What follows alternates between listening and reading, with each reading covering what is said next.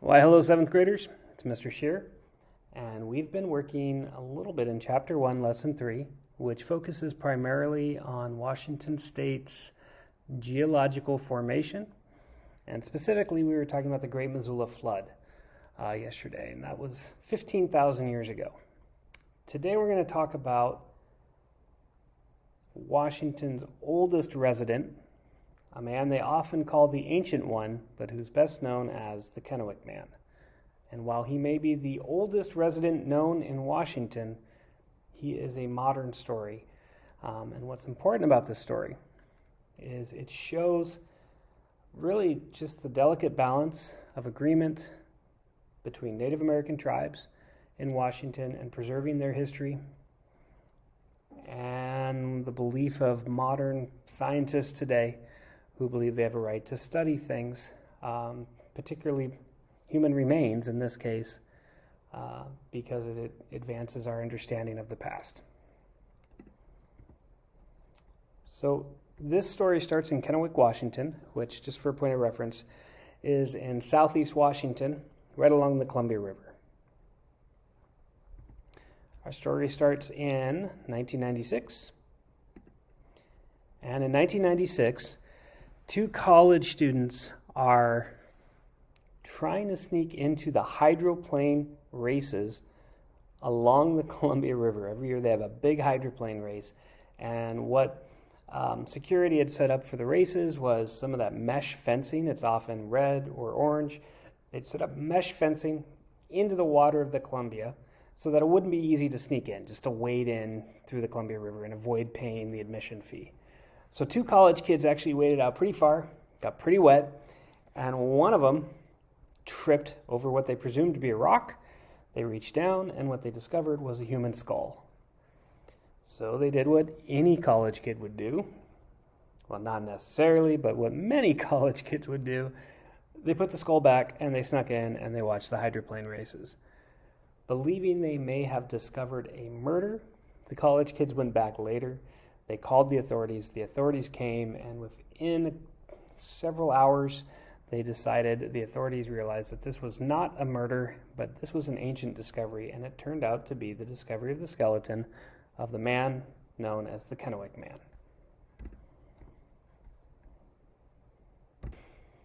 Now, what I want to point out about this picture is this is a drawing on top of a bank. That is not an actual set of human skeleton remains.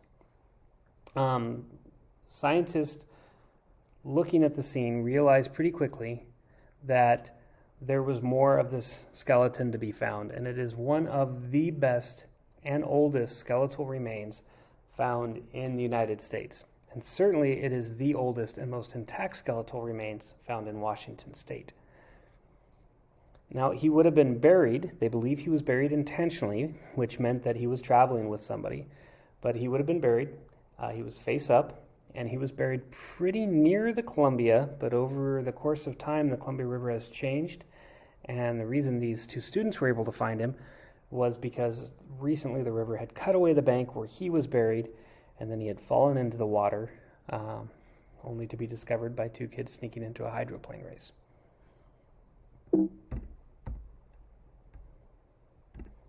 This is just what it looks like. This is his skull buried in the mud.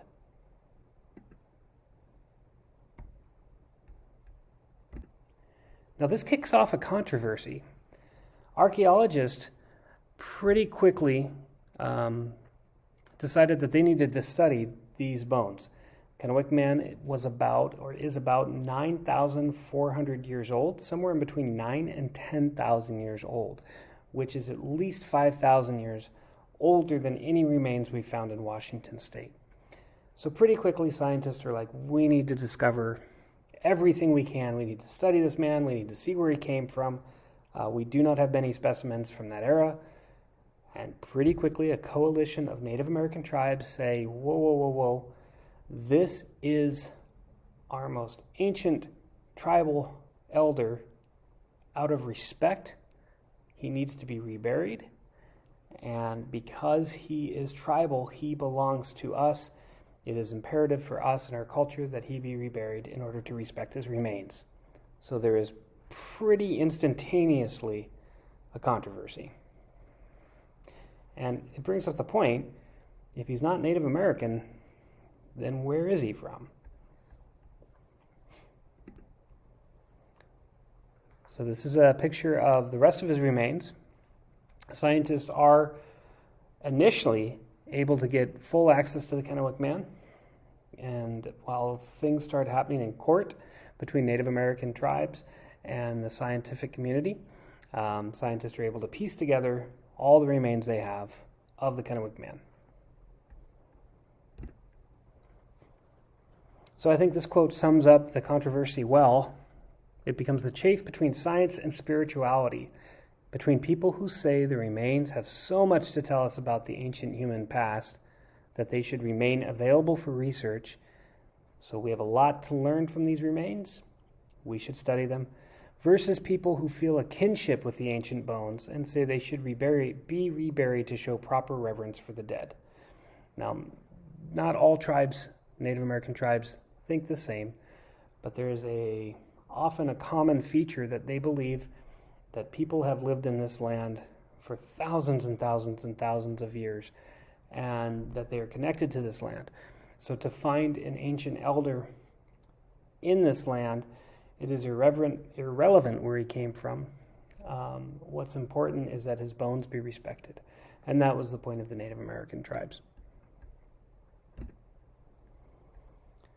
Well, science prevails, at least in court, and for about 20 years, back and forth from 1996 till about 2016, there's different periods where scientists are able to study the Kennewick Man. And one thing they realize is that he has lived a rough life. He has lived primarily off marine animals, so he's eaten a lot of seals. He's taken a lot of damage to his 40-year-old body. He's 40 when he dies. He's about 5'7", but he's had 5 broken ribs that have never healed right. What you're looking at here is a picture of right by his hip. He took a spear to his hip, so he's either speared himself or somebody tried to kill him. But basically the final analysis is this was one tough guy who was able to survive 40 years in exceptionally harsh climate and conditions. This is still very close to the Ice Age. Looked like he drank primarily glacial water. And the theory holds, because he was buried, that somebody did care enough to bury him, so that he was probably traveling perhaps with a family.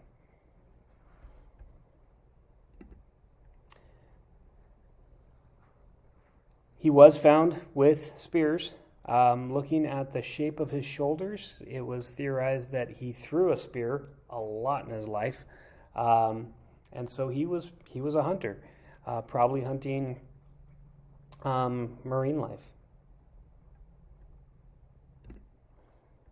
So the next task is the artists start to piece together. They make a mold of his skull that they then put clay onto, and they begin to piece together an idea of what they think he would have looked like.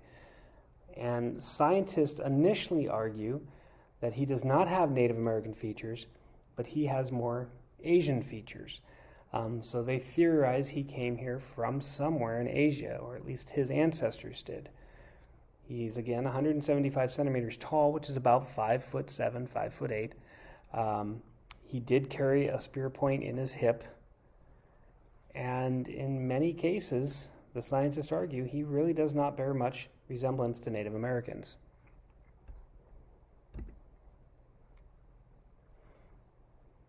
So scientists begin to theorize that he looks more Asian than Native American. And that's kind of the known portrait that you're looking at. This is what they came up with that Kennewick Man would have looked like. So how did he get here then? That's the question from science. Now, if you remember, 15,000 years ago, all of Canada is covered in a giant glacier of ice.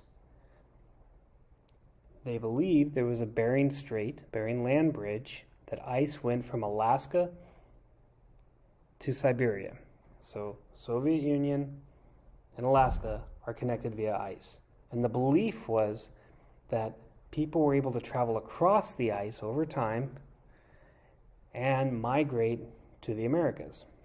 Scientists also began to concur with the theory that even if they didn't hike across the ice, but they were able to skirt the shoreline in rustic canoes, some sort of boats, that they were able to float here from Asia, or maybe over several generations, traveling across Asia up to Soviet Union, Siberia. Maybe another generation gets partially down the ice and then eventually make their way to Washington. That becomes a more prevalent theory because of the Kennewick Man. So the Bering Land Bridge theory. Now there is some credence to this theory in that in Alaska they've found ancient frozen human remains from about the same time period.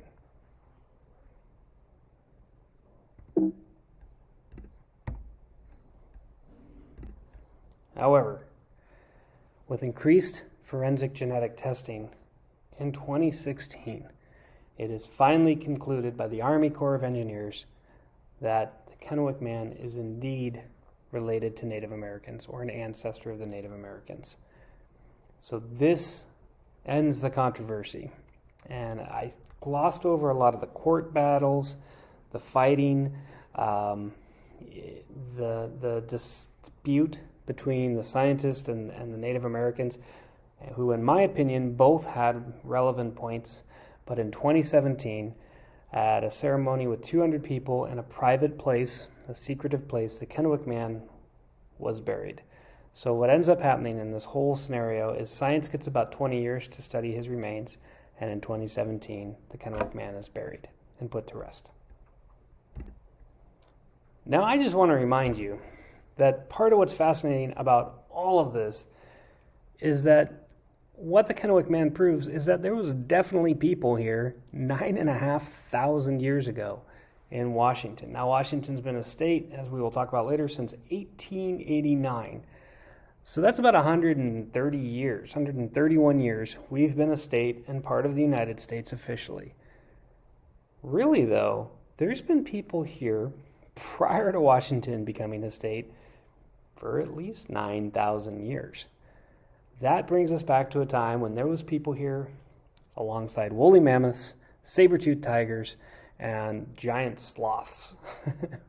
There was a time when there was people here during an ice age, the tail end of an ice age, and very good chance there's people here when we had tropical plants and all kinds of creatures that no longer exist in our modern Washington. So that takes us out of that ends and concludes our story of the Kennewick Man. As stated, he's a controversial figure, but he proves that people were here at least 9,000 years ago. And the reason he's controversial, again, is because we live in a state where Native Americans have had a tough road and have been pushed aside and often cast aside by white settlers.